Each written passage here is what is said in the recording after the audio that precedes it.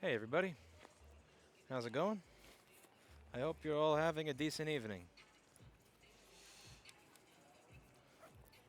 I was having a decent evening until that music started playing.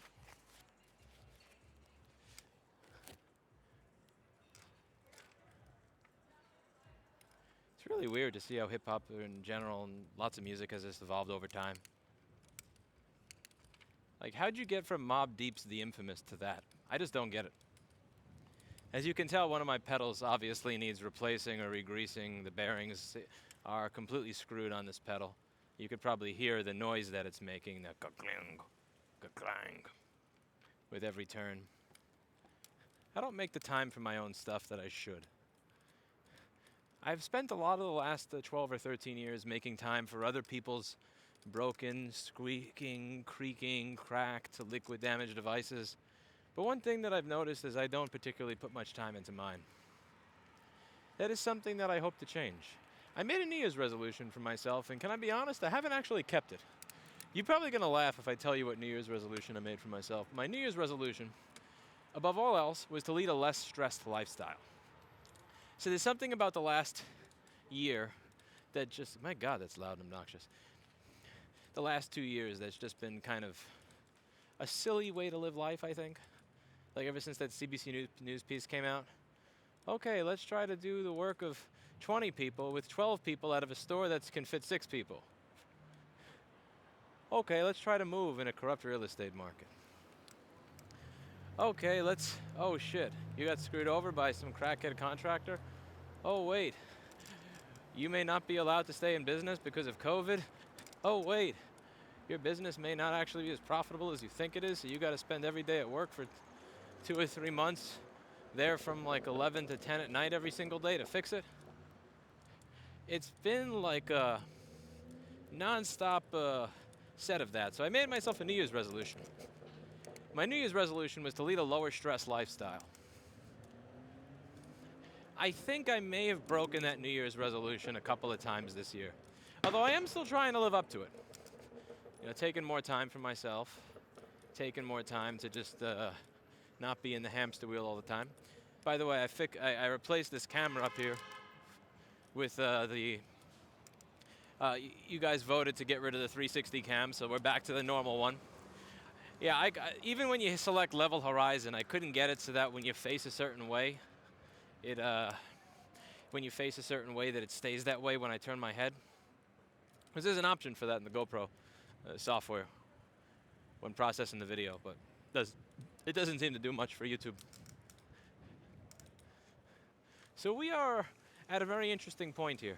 We are about 5 or 6 weeks in to the GoFundMe fundraiser here, and we have raised over $700,000, which is pretty cool. It's pretty cool. They take like a 5 or 10%, a decent amount, chunk out of what gets put there, but it's still a fair amount of money. But we are 6 weeks in. Usually most of the momentum kind of runs out after a while, and I think we are kind of at that point here, which is understandable. That's a lot of money. And one of the things I remember having written in there was, if I make it to my goal or within earshot of my goal, I will go for a direct ballot campaign.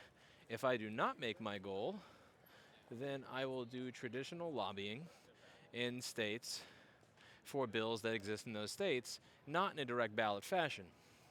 And I believe that we are at the point of our journey where reality is going to have to give me a swift kick in the ass and tell me that by July or so, there's not. I have a feeling, and I'm not a pessimist, that $6 million is not there. Now, you could hold out for some benevolent billionaire to say, yeah, right to repair. Here you go. But I think the chances of that happening are on the low side. Pretty low. I have reached out to as many media outlets and media people as I can. Right to repair made it into all these, the FTC report that came out got mentioned in a bunch of these retail space for lease. Got mentioned in a lot of these outlets. Marquez Brownlee went over right to repair. Linus went over right to repair. See a dude in India with the channel went over right with a few million subscribers went over right to repair. So it's getting out there. Like the American Conservative covered right to repair. National Review covered right to repair. So it's pretty amazing how much coverage this has been getting recently since trying to put a full-time effort into this. And I'm confident more could be done into the future. I've reached out to many of the people that you've suggested I've reached out to. Some have gotten back with interesting ideas, and some have published their own videos, some have not, because I imagine they're very busy. But I believe that we're close to a point of where there will be diminishing returns in any continuing fundraising, short of finding the benevolent billionaire. And I'm not, you know, I'm just, I think it is time to begin thinking about the strategy. So many have said, what is your status on your direct ballot initiative? What step are you in?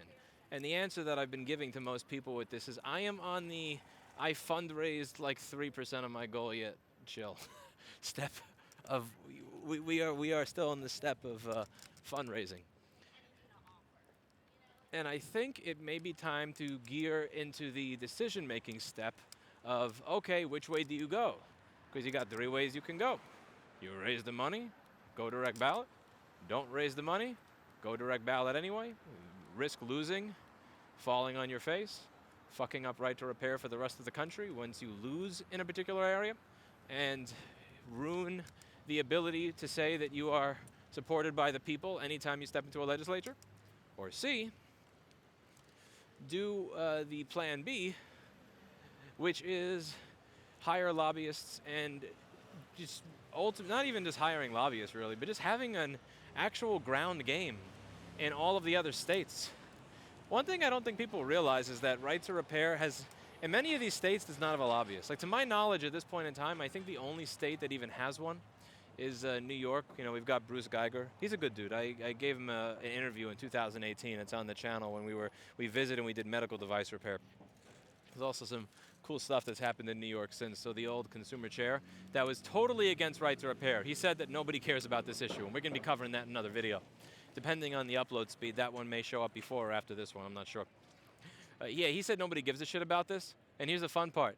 He got voted out of office, so apparently no one gives a shit about him. That's what I call karma, mofo. Anyway, that was pretty cool. So there are no lobbyists in many of these states. So for instance, we got owned in Colorado recently. We absolutely got owned in Colorado recently. And I asked, you know, who's the lobbyist for Colorado so that we can call them up and ask them questions, talk with them, maybe figure out what their strategy is. And the number for the lobbyist in Colorado is 00000000000, because there is none, because there was never any money for it. And while I am insanely below the target for the direct ballot initiative, I think I've raised more funds inside of a month than I think almost every other organization working on right to repair has in like a decade. And I shouldn't say I. That's the wrong way to put it. I should avoid the word I. That was a mistake. You people watching this did it. I just kind of, you know, yelled on YouTube. So there's a lot of crap that could be done for the next year, 2, 3 years, and every single state with a bill probably, which would be pretty impressive based on that. And I think that is definitely something that is worth exploring. There was one individual that left a comment on recently, and it was something like, you know, I had asked about you had said you were going to do a direct ballot initiative. That's a bait and switch if you do that. And I had to point them to the text in the GoFundMe that said, if I raise my goal, I do this. If I raise within earshot of my goal, I do ballot. If I do not raise that or within earshot, then I do standard lobbying for bills and states. It's kind of hard to do a bait and switch when you write it in the text of the document. Listen, don't get it twisted. I mean, if somebody out there were to say, hey, here's a check for $6 million. You know, oh, that would be cool. 5 million, 20 million, whatever. But I do believe it's important to work within the realm of reality and what you're actually able to do. And I didn't really know what I'd be capable of doing. I didn't. Like, would I be capable of raising 10,000, 100,000, a million, 10 million? I don't know. You know, one of the things that Jessa said when I started this is that since I've never really done actual fundraising for this, I never actually knew what the capability was. What you don't know what you're capable of raising until you ask and you go for it. And what I do is very much so going to be dictated based on my budget.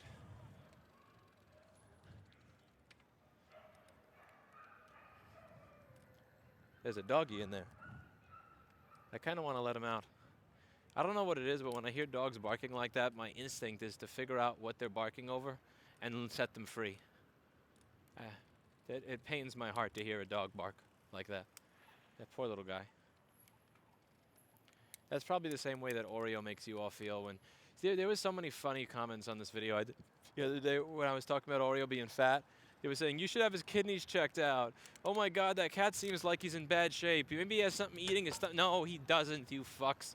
I took him to a vet twice. Each time they went to the vet. And he wasn't even going to the vet because he's fat. They said, by the way, your cat, the nice way, the vet way. They said, your cat's a fat ass. He needs to go on a diet. And each time we've taken him to the vet, he was larger than the previous time. No, he doesn't have any. His kidneys aren't failing. None of that. He's not starved to death. He's not eating non-nutritious food. Little bastard eats Hill's prescription diet, expensive crap. He's eaten many other prescription foods and expensive foods and all this. What he does is he puts on a fucking act. And you all fall for it. And anybody here who's an actual cat owner knows what I'm talking about. When your cat, when you give him a can of food, and then an hour and a half later he looks at you, and then he gives you this meow when someone else is around. He doesn't do it when nobody's around. When someone else is around, he looks at you and he gives you that meow like, why did you lock me in the basement for the last 5 years? All I wanted, sir. All I wanted was a pet, kind sir. Why did you beat me? Stop beating me. It's like, I'm not beating you. I just didn't feed you 5 times in an hour. And they do it to get sympathy. It's like, please call the ASPCA on this evil man. Will someone call the ASPCA on this evil man because he's cheating me? And it works. He tricked you. The comment saying that he has like a kidney problem or something had something like 42 upvotes. So this little bastard managed to trick you all into believing that he has failing organs because over the course of a morning, he was only fed maybe 10 ounces of food, which is an insane amount of fucking food for a cat. I mean, Mr. Clinton will eat that over the course of a day. He not only he weighs more than Oreo, but he's not fat. He's a very long and muscular kitten.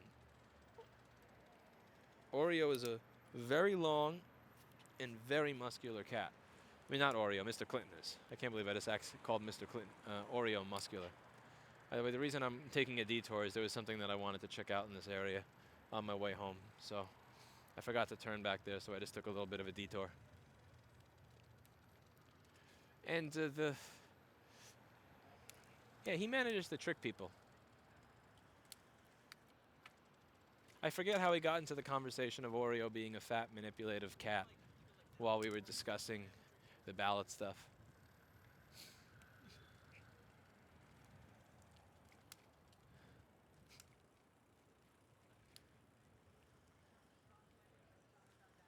Ah, bait and switch.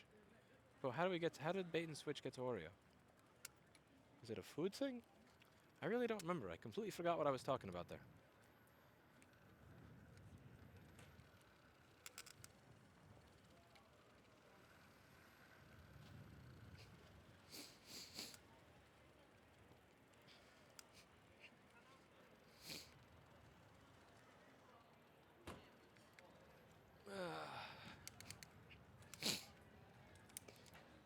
Man, stuff's starting to open back up again.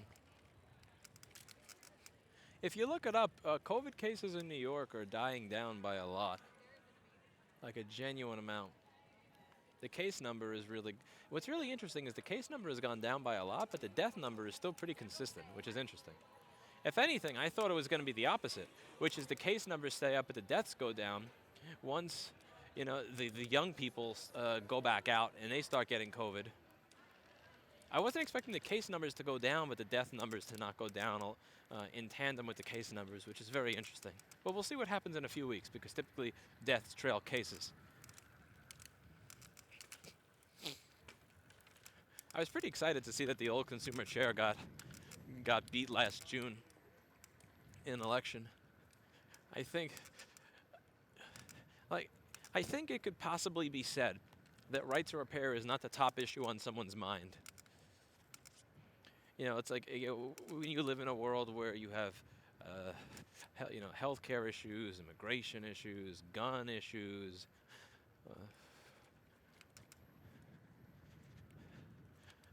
police, racial stuff, taxation, all this other stuff.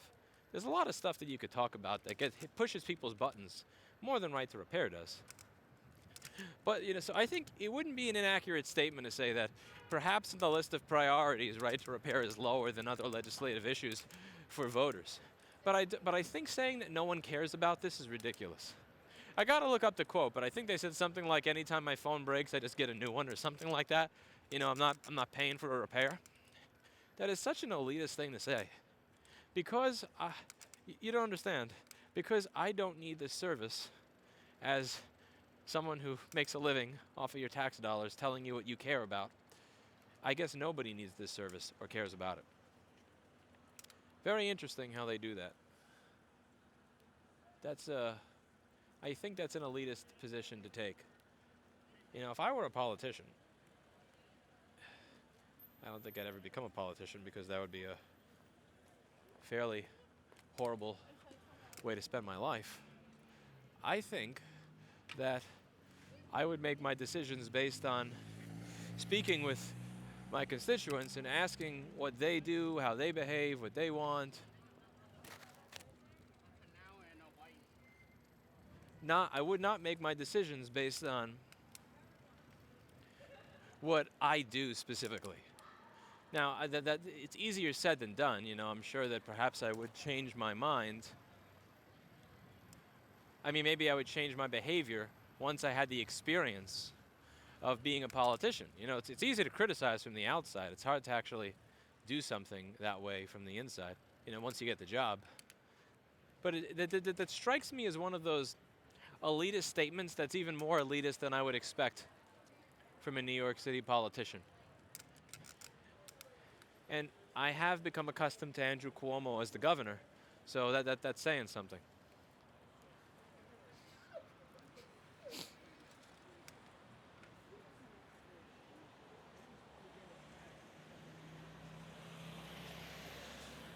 A lot of people are outside again. This is very interesting.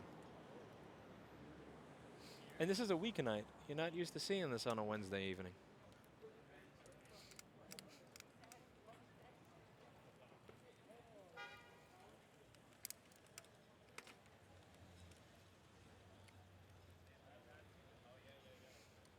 What is the difference between a Chevy Tahoe and a Chevy Suburban? I always get them mixed up. I can't tell them apart. I've never looked at them side by side on the internet. It's just, but when like there's one in front of me that's an Uber. The Suburban and the Tahoe look almost identical to me. I can't really tell them apart. I'm sure that a bunch of car people are probably dying right now listening to me talk about cars, since I don't know jack shit about them. Is it smaller? It looks very similar.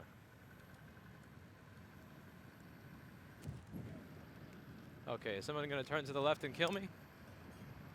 I don't trust people who have their turn signal on here. I'm very untrusting when it comes to that.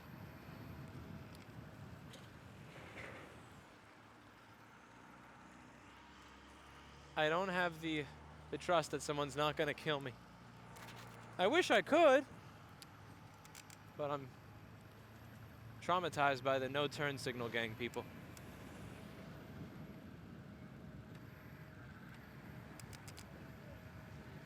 Chinatown seems a lot more dead.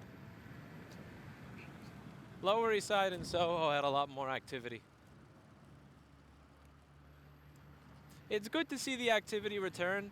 At the same time, I am going to miss what it felt like to go to work and have there be zero traffic on the road anywhere. There's something, well, it's simultaneously convenient and creepy when there is no traffic on the road, if that makes any sense. It's convenient to not have the traffic, but it's also really, really creepy to be out in the middle of the day and just have a silent block.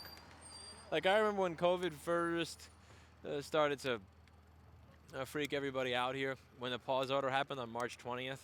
There was nobody in our entire block had no cars in the street. It was crazy. Like, Steve parked in front of the store. That's impossible. That never happens. You're not allowed to park there because there's no commercial parking on weekdays, but there was no commercial parking because there were no commercial vehicles. And we were open. You know, we changed the layout of the store and everything so that people were, you know, standing far away from us, had the door open, got a gigantic air scrubber, had everybody wear masks. Not trying to give people COVID. But I'm never going to forget this. I go outside, and Steve he used to play soccer. I forget if it was professionally for school or for something else or in a league or whatever, but he's really good at soccer. He can do this thing where he kicks the ball over and over again, and he keeps it up as he's kicking it. So he keeps kicking it, and he keeps kicking it up. And it's interesting because as he kicks the ball up, you know, he kicks it up again with his other foot, and then he does it again with the other foot, and it doesn't touch the ground. And he can do that for minutes at a time. I tried to do it. I couldn't get 2 kicks in a row to save my life. I tried it for like half an hour, and then I gave up and I wanted to cry. I felt like such a loser. But yeah, so they were playing soccer in the street at one point, and they were smiling and happy, and they were able to play soccer in the street because there were no people. There was nobody in the sidewalk. There was nobody parked. There was nobody there at all. And I remember thinking, I walked up to them, and because everybody at this point, this is back when, like, if you're walking down the street and you're not a hospital worker, there would be some Karen there to yell, "How dare you? How dare you? Do you want people to die? Do you want people to die? Do you want people to die?" And that essentially wound up creating the counterculture pushback of masks are for pussies and, you know, vaccines give you 5G and all that shit and all the lovely garbage that we have going on today where nobody uses their brain and they just, I don't even want them. But I remember looking at them and saying, "Here, listen, I'm not gonna stand out here and tell you what to do. Not gonna be the principal. Here's what I ask of you. Don't get on the front page of the New York Times. That's all I'm asking. When I open the New York Times tomorrow morning, the front page is not Rossmann Repair wants people to die with a picture of Steve and Orhan kicking a fucking ball back together and laughing in the middle of the street. I give them credit. They had masks on. And soccer is a fairly, you know, the way they were kicking it back and forth to each other. You know, they were using each other as, you know, they were trying to see if they could get it in the past the goal or whatever. They were playing very socially distant, and they were outside. But I remember the first thought that I had after just dealing with the high level of Karen in the area. I just remember looking at, I just said, listen, not going to lecture you. Do not end up in the front page of the New York Times. If you end up in the front page of the New York Times tomorrow, no, you're not going to. I'm going to send you to U-Break iFix. But it was crazy. There was nobody outside at all. That was back when people actually thought the mortality rate was like 3 or 5% before we got the real numbers.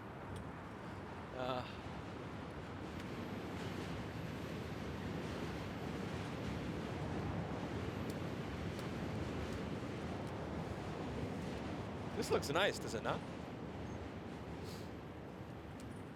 This is a nice view. This is the kind of view that I think I would miss if I moved to a town in the middle of nowhere. There's very few things that are nice about New York, but I gotta say, being up here and looking out over the water over here, that is a beautiful view. Okay, I'm gonna get out of view of that, out of the line of sight of that bike lane so I don't get hit by that oncoming delivery dude. But this is a nice view. I went to visit Bear, Delaware the other day, just because I needed to clear my head. Since I have broken my New Year's resolution, I said that my goal was to be less stressed, and then I launched an organization attempting to create political and social change throughout the world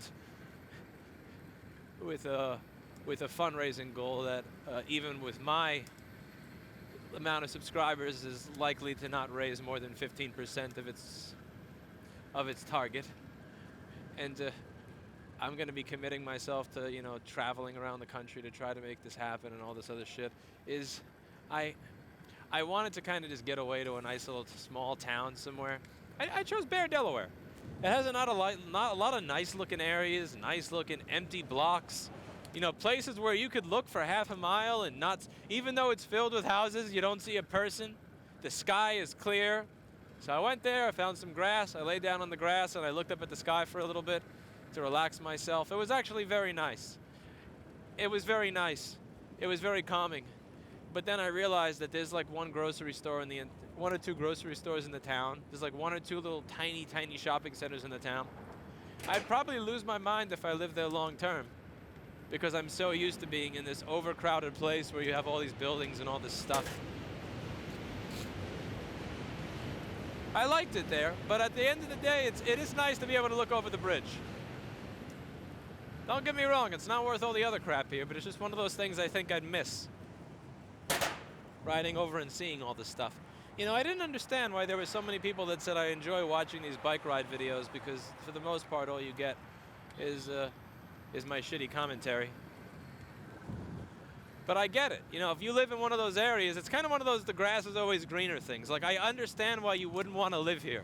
I've lived here for 32 years. Trust me, you don't got to tell me. It's always funny in my comments saying, Lewis, I don't know if you know this, but the tax in New York is high, and the politicians are dumb, and the bureaucracy is bad, and the rent is expensive, and the homes are expensive.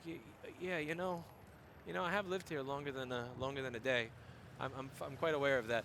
But it's very funny when people like explain it, you know, who don't live here are like telling me all the things that I already know. But I get it. You know, the grass is always greener on the other side, and there's kind of an appeal to seeing all the complexity of this stuff. I imagine if you spend your life in a smaller town.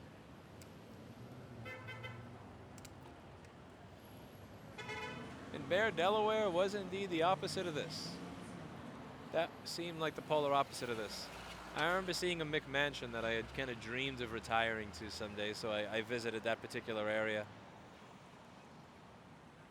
I think it was like 200 Silver Birch Lane, Silver Birch Drive, Birch something. 220 Birch something, I think. But it was a very interesting looking area. Went to visit, take a look, lay down on some grass, look at the sky. Ah, it was so clean, so uncluttered.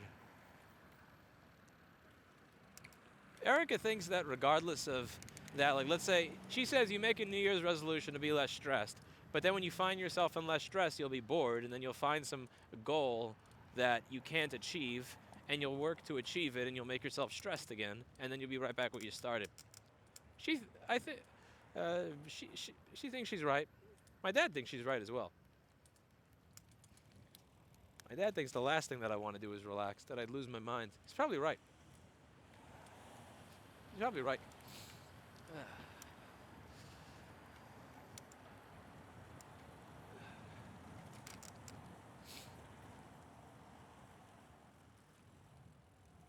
I think there's a chance that he's correct. Who am I kidding? They're both correct.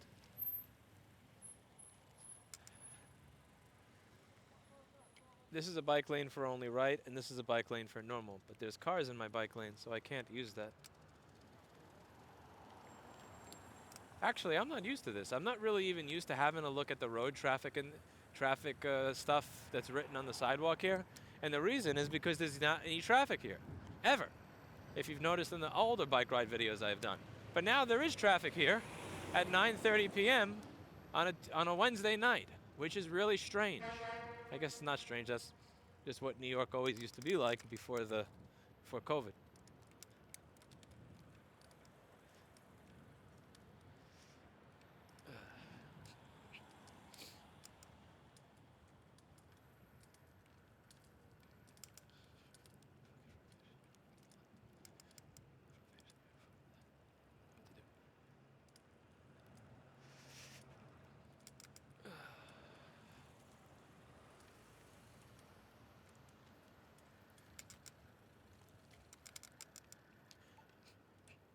And I hope I can be able to get some people to contact some New York state politicians regarding this right to repair bill, because they need to see that consumers in the state care about this.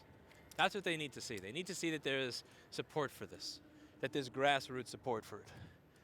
And I think that should be something that I should be capable of doing given that, I don't think my audience is made up of CTA lobbyists. I think most of my audience are people. I think the hard part here is going to be convincing my audience, many of whom share many of my opinions about New York City, to contact a New York City or state politician. Now, the other thing is that I need it to be actual people from New York City or state. If it's people from outside New York State, why the fuck should they care?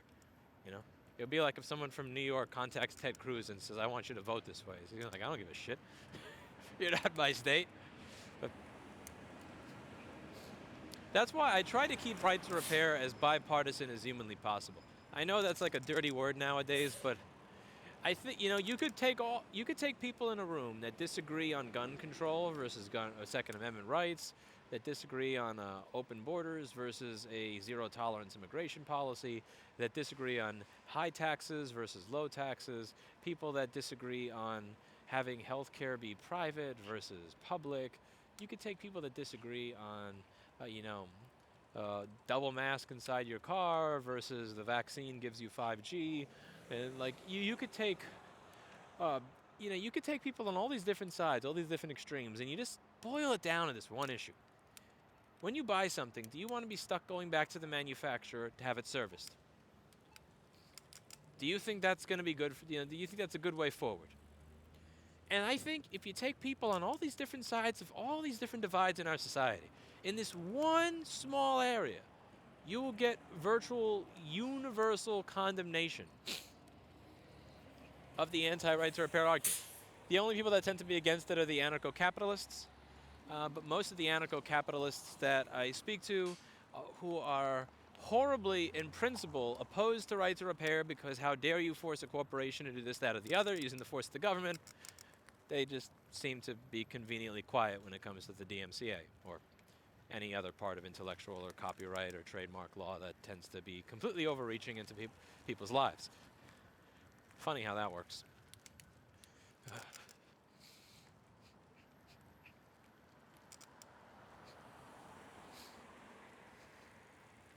I've met a couple of anarcho-capitalists where I actually can have a good conversation and I can respect their viewpoints and everything because they'll be like, yep, abolish the DMCA, yep, abolish intellectual property, yep, I mean property rights, cool, intellectual property, that seems like a state creation. I could mess with them even if we disagree on other items.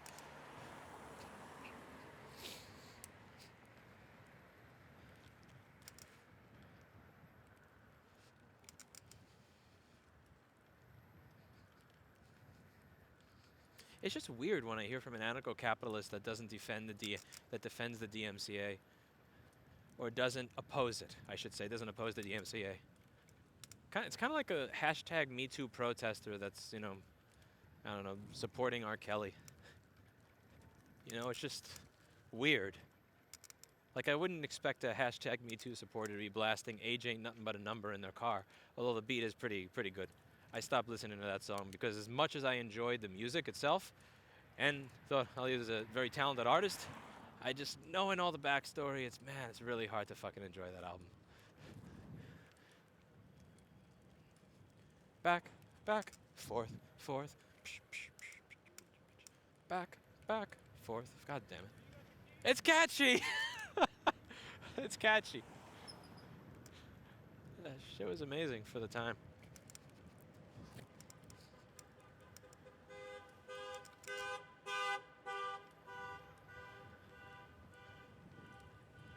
I didn't hear a single car alarm the entire time I was in Bear, Delaware. Not a single fucking car alarm. You know what I also didn't hear? A honk. On the live channel where I post the more disorganized outings that I have where I'm just walking with Erica or driving somewhere, I get to a stop sign in my most recent video. I count. 1, 2. Before I finish the word 2, the guy behind me honks. Like you can actually see it. I get to the stop sign and I go 1, 2, and before I finish the word 2, the person behind me is honk. This is New York. Didn't you know stop signs are yellow lights here? Apparently they are. Apparently they are. The stop sign here is a yellow light. I still go, if I'm in a car, I very much so observe the traffic laws as much as I can. A bike is different. You have a lot of maneuverability with a bike that you don't have with a vehicle. You have a lot more potential to hurt, but above all, like, a car takes up this entire fucking lane. A bike is like 1/4 of this lane, 1/3 of this lane. You can easily, you know, go around stuff like you just can't do it with a car, you know? With a car, you know, if the sign says stop, I fucking stop. Car weighs 4,000 pounds. This piece of shit bike is like 30. You know, there's more damage that you're gonna do with that thing. It's also harder to stop.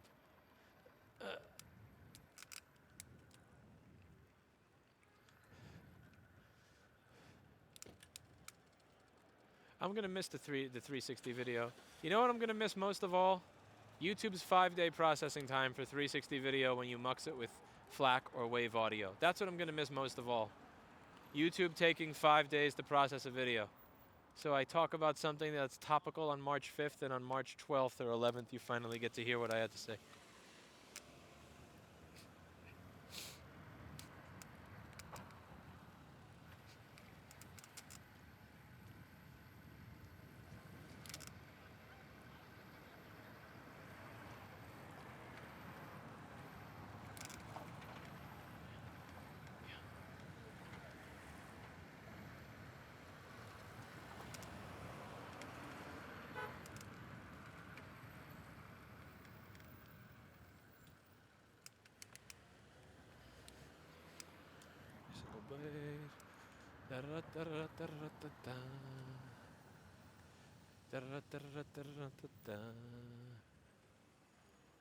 Oh, Sonny has a white Model X. Is that him? No. It was funny watching all the people calling Sonny like he's super rich because he has that car. Sonny got his Model X, which is a way more expensive car than the one I have. But he got it back when there was unlimited supercharging.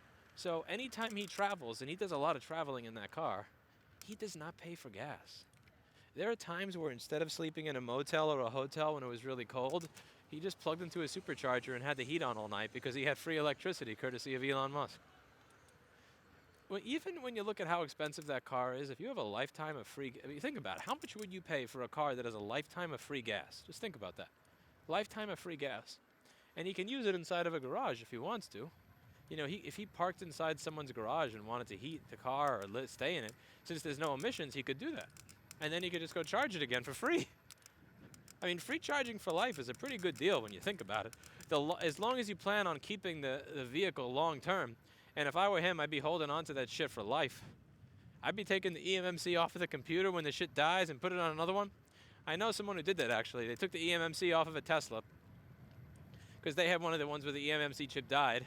They get the eMMC, another eMMC chip. They did data recovery off of the old one using this, like, I think it was Rossmann software or some shit like that. They copy the data back on to the other one, and then the Tesla thinks that, you know, everything is the same. It hasn't been touched. Same car, same everything. Connects, updates, charges, everything. If I was Sonny, I would fucking take that chip off of that board, and I would get a dump of the data right now, just in case he crashes it or something at some point, or fucks it up, or it gets stolen. You know how much that money that fucking eMMC chip on the car computer would be worth? You have a car that has unlimited fucking supercharging. For life.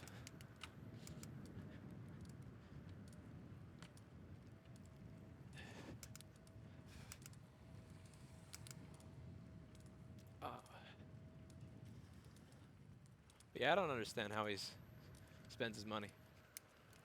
Because usually it's weird, because with Sonny, it's very difficult for me to tell if he's way richer than I am or way poorer than I am. At any given time, I can't tell. Because like on one day, I'll talk to him, and you know he'll be my employee. And the next day, after he gets fired, he'll have a BMW, and I'll be riding to work on my shitty bike before I even had a motor. And it's like, oh, that's weird. I know what I was paying you, and now you have a BMW. The next day, he'll seem broke. The next day, he'll have more employees than me.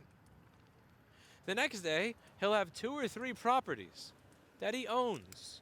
A garage that he owns. A house that he owns. An apartment that he owns in New York City. And I'll be living in my shitty studio apartment.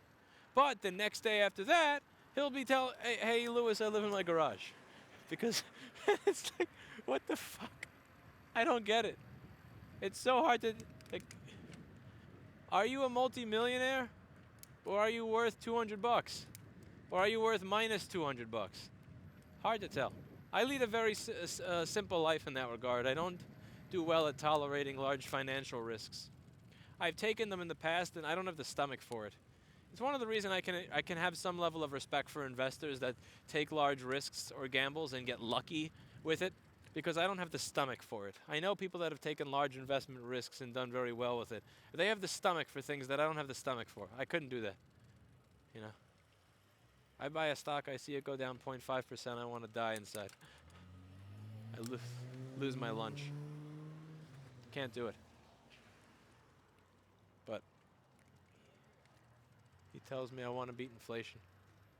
It's like, Jesus.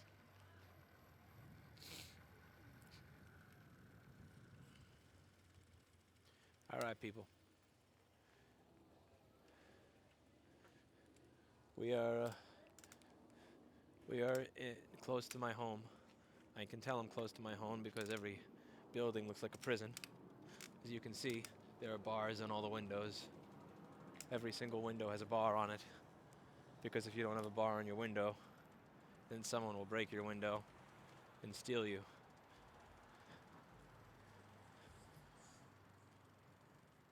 Yep, all the buildings.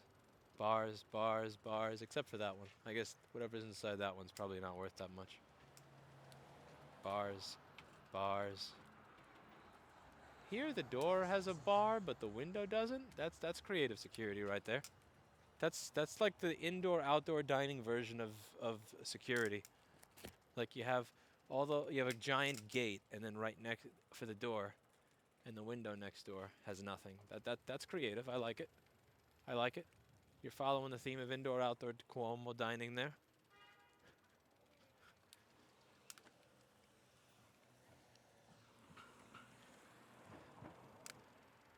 You can't get COVID if you're inside of a house that's built outside, but you can get it inside. The thief cannot. The thief would have totally broken in if you didn't have a gate in front of the door, but definitely is not going to break in if through the window, because that's, I don't know, doesn't want to climb through that.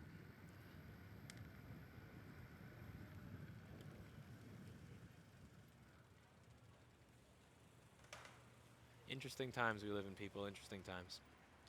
So I will see you all later. It's good riding with you all. Good sharing my thoughts with you. I'll continue to do so as time goes on. See you later.